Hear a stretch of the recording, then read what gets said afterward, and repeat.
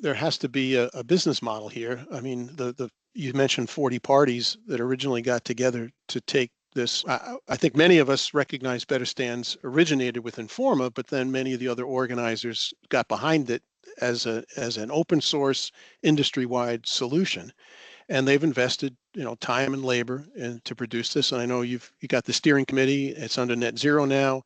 At IFES, you're going to be the secretariat that helps manage this thing. There's cost involved in that, and I'm sure there's cost involved in getting certified or assessed.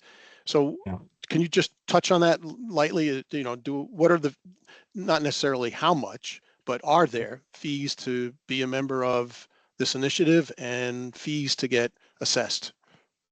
There's different ways to look at it. And of course, there is a business model which still needs to be configured in various aspects. But we have started to allocate some, like streams or value chains where certain fees are applicable.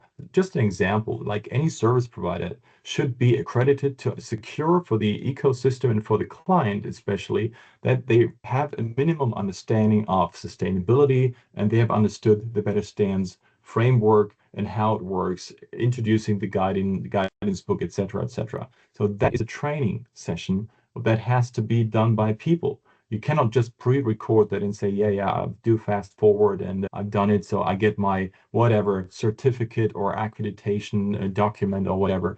So it has to be done from people to people. So these human resources definitely require to be paid. And that is what the ecosystem is all about. So that means an onboarding process or an accreditation process of a service provider is definitely something we need to prove that this has been done. And the party that is requiring the label to be accredited has been doing an interview. It's one-on-one. We are a people's business. At the end of the day, we want to be accountable. So we need to prove that this has been done.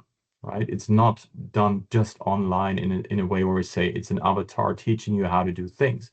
That would be too easy. So far, I believe it has to be, an accreditation that is done by people to have a basic understanding and a common ground to move forward. The same thing applies to assessors, which we haven't been speaking about too much. Assessors are another stakeholder in the ecosystem where we feel they need to secure a couple of things. One is consistency and efficiency, that we are in the position that globally we compare apples to apples, and the 10-point framework is reported against worldwide the same way.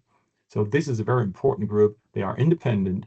They secure consistency of the entire assessment system worldwide, and they train, of course, other trainers. So train the trainer is important, that we can scale the entire independent accuracy and consistency in the assessment process.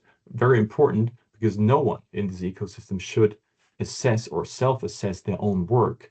That is not believable, or the result would be everybody has gold because I've done my own assessment for my own work. So that would not be really believable in that sense, that this is a value of a label or a standard in the end, if it becomes a standard, which is having a value to our clients. So that is the security we put in here, that you have a body which is independent, doing an assessment globally with the same tools, with the same standards, against the same framework, and we have a common understanding on how that is done.